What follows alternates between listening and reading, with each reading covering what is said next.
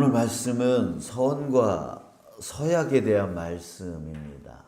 이게 서원이라고 하는 것은 하나님께 봉사나 헌신을 다짐하는 맹세를 말하고요. 이게 서약이라고 하는 것은 자기 마음에 이제 결단해가지고 자기를 이제 통제하거나 금욕하기로 이제 맹세하는 것을 얘기해요. 뭐 예를 들어서 뭐 나 작정 기도하겠다, 아니면 나 금식하겠다, 뭐 등등 그런 예를 들 수가 있어요. 자, 이렇게 서원과 서약을 할 때 어떻게 해야 되는가에 대해서 말해주고 있는데, 기본 원리는 2절입니다. 우리 2절 함께 읽을까요? 2절 시작. 사람이 여호와께 서원하였거나 결심하고 서약하였으면 깨뜨리지 말고 그가 입으로 말한 대로 다 이행할 것이니라. 서원과 서약을 하나님 앞에서 했다면 그것은 깨뜨리지 말고 반드시 이행해야 된다. 이것이 이제 기본 원리입니다. 자, 그러나 사람이 약하다는 거 하나님께서 아시죠. 그래서 그 예외 조건에 대해서 말씀을 해주고 계시는데, 미혼 여성의 서원과 서약, 또 기혼 여성의 서원과 서약에 대해서 말해주고 있어요. 말씀의 내용을 정리해 보면 그런 겁니다. 미혼 여성의 서원과 서약을 할 때에 그대로 이행하기보다는 그의 아버지가 그것을 듣고 아무 말 없으면 서원과 서약을 할 것이고, 그러나 아버지가 그것을 허락하지 않는다면 서원과 서약을 하지 않아도 된다. 이렇게 말하고 있고요. 기혼 여성의 서원과 서약에 대해서도 역시 남편이 그것을 듣고 아무 말이 없으면 행하고, 그 허락하지 아니하면 이제 하지 않도록 그렇게 조건을 걸고 있습니다. 자, 왜 이런 조건을 하나님께서 말씀하고 계실까요? 자, 우리가 오해하지 말아야 될 것은 뭐냐면, 그 미혼 여성의 그 권위자는 아버지이고, 또 기혼 여성의 권위자는 남편이다. 그러니까 이 남자 아래 여자가 있다, 이런 표현을 지금 하나님이 하고 계시는 게 아니에요.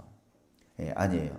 일단 2절에서 사람이 여호와께 이렇게 말하고 있잖아요. 그러니까 모든 사람들에 대한 것을 말해주고 있는 거예요.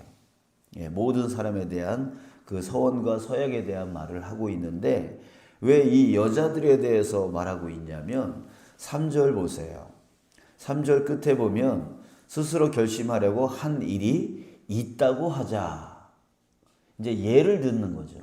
많은 사람들 중에 특별히 여자에 대한 예를 들어주고 있는 거지, 그 여자는 항상 남자 아래에 있어야 된다, 뭐 이렇게 뭐 남존여비 뭐 이런 얘기를 하나님이 하고 계시는 게 아니다. 여러분들 오해하지 않으시길 바랍니다. 이 서원과 서약에 대한 이 규례는 저나 여러분들이나 우리 모든 사람들에게 해당되어지는 것, 그 중에 이제 여자의 예는 이렇다라고 하는 얘기를 하고 있다라는 거 여러분들 꼭 기억하시길 바랍니다. 자, 그런데 왜 이런 규례를 하나님이 말씀하고 계시는가? 자, 그것을 우리가 3절, 6절에서 찾아볼 수가 있는데요. 3절에 보면 이렇게 시작해요. 또 여자가 만일 어려서, 자, 어려서라고 하는 말을 쓰고 있어요. 자, 이 말은 무슨 뜻입니까? 그러니까 스스로 결정하기에는 아직 미숙하다라는 뜻이죠. 또 6절에 보면 어떤 말이 나오냐면 중간에 보면 경솔하게 그의 입술로 말하였으면, 경솔하게 이런 말을 쓰고 있습니다. 자, 그러니까 하나님께서 이런 규례를 말씀하고 있는 이유는 뭐냐면 어려서 판단이 미숙하거나 경솔하여서 판단을 섣불리 했을 때, 그때에 그 서원과 서약을 하지 않아도 되게끔 이렇게 만들어 주신 거예요. 여러분들 우리 그렇지 않아요? 감정에 휩쓸려서 서원하는 경우 있잖아요. 어느 부흥회를 갔어요. 근데 말씀이 너무 은혜로웠어요. 아 그래 나 이렇게 살아야지 했는데 이제 되돌아와서 삶으로 돌아가 보니까 이게 너무 자기한테는 힘든 거예요. 그러니까 그 순간적인 감정에 의해서 결정을 해놓고 그것을 하려니 부담이 너무나 되는 거죠. 그리고 그 일을 했다가는 가정에 파탄이 생기거나 힘든 일이 생길 수 있는 거죠. 만약에 이럴 때에 이제 예외 조건을 하나님이 주심으로 인해서 감정에 휩쓸리지 않고 경솔하게 판단하지 아니하고 또 미숙하게 판단하지 아니하게끔 이제 하기 위함입니다. 자, 이게 신중해야 된다는 거죠. 서원과 서약은 신중해야 된다는 거죠. 자, 여러분 왜 신중해야 될까요? 왜 신중해야 될까요? 우리 이 앞장에서 28장, 29장에서 우리 지금 쭉 무슨 얘기 함께 말씀을 나눴죠? 기억나세요? 제사에 대한 얘기 했어요. 그죠? 제사는 지금의 뭐예요? 예배잖아요. 자, 예배를 강조하셨어요. 28장에서 29장에서 예배를 쭉 강조를 하다가 갑자기 서원과 서약에 대해서 말씀하고 있다라는 것을 여러분들 기억해 보시기 바랍니다. 자, 뭐냐면 예배의 자세에 대한 얘기를 하시는 거예요. 예배의 자세. 자, 예배의 자세는 뭐냐면 바로 신실성이에요. 우리는 주일날 또 이렇게 새벽 예배 또 수요 예배 이렇게 예배를 드리잖아요. 예배를 드리면은 그 예배를 1시간 드리는 것으로 예배가 끝난다는 생각을 많이 가져요. 그러나 예배는 그게 아니에요. 예배는 우리가 하나님 앞에 하나님을 바라보면서 하나님께 찬양과 경배를 올려드리고 또 하나님은 우리에게 말씀하시고 이렇게 하나님과 대화를 나눌 수 있는 시간이 바로 예배의 시간이에요. 그러나 거기서 예배가 끝나는 게 아니라 하나님이 말씀하시는 걸 우리가 듣잖아요. 들으면 그 말씀하신 것을 어떻게 해야 돼요? 살아야죠. 그 말씀대로 살아야죠. 그것이 바로 우리의 삶이에요. 그러니까 이 예배는 하나님 앞에 드리는 그 1시간의 예배와 또 우리의 삶으로 드리는 삶의 예배가 있다는 거예요. 이것이 일치가 되어져야 되는 거예요. 그것이 온전한 신앙이에요. 예배 1시간 가서 앉아 있었다고 해서 나 예배 드렸어. 이게 아니라는 거죠. 그 말씀이 내 삶 가운데 드러날 때, 삶의 예배까지 이루어질 때 그 사람이 정말 진정한 하나님 앞에 드리는 예배자가 되어지는 거예요.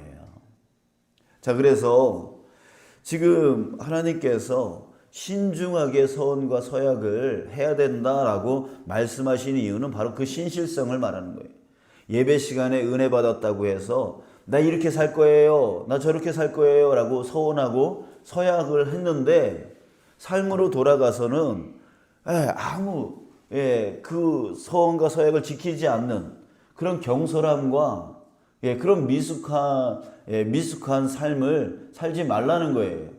그렇게 살아갈 때에 여러분 결국 우리는 어떻게 되어지는 거예요?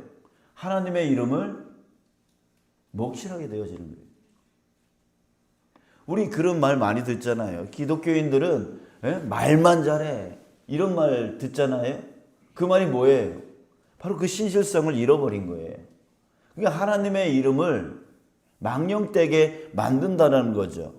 저 기독교인들은 말만 잘해 행함이 없다는 거죠. 사랑한다 말은 잘하는데 실질적으로 사랑하는 삶의 모습은 드러나지 않고 있는 거예요. 결국 누가 욕먹게 되어지냐면 하나님이 욕먹게 되어지는 거예요. 하나님이 실없는 분이 되어지는 거예요. 그런 하나님을 세상 사람들이 왜 믿겠어요? 그러니까 결국 우리의 모습 때문에, 우리의 그 말만 하고 행함이 없는 그 모습 때문에 결국 우리가 아무리 복음을 전해도 그들이 하나님을 믿으려 하지 않는 거예요. 저들이 보고 있는 하나님, 우리를 통해서 저들이 보고 있는 그 하나님은 실없는 하나님인데 하나님을 믿겠냐 이거죠. 그러니까 하나님은 자신의 이름이 망령되이 여겨지지 않도록 하라는 얘기예요. 그래서 신실성, 바로 선과 서약을 헛되게 하지 말라는 얘기예요.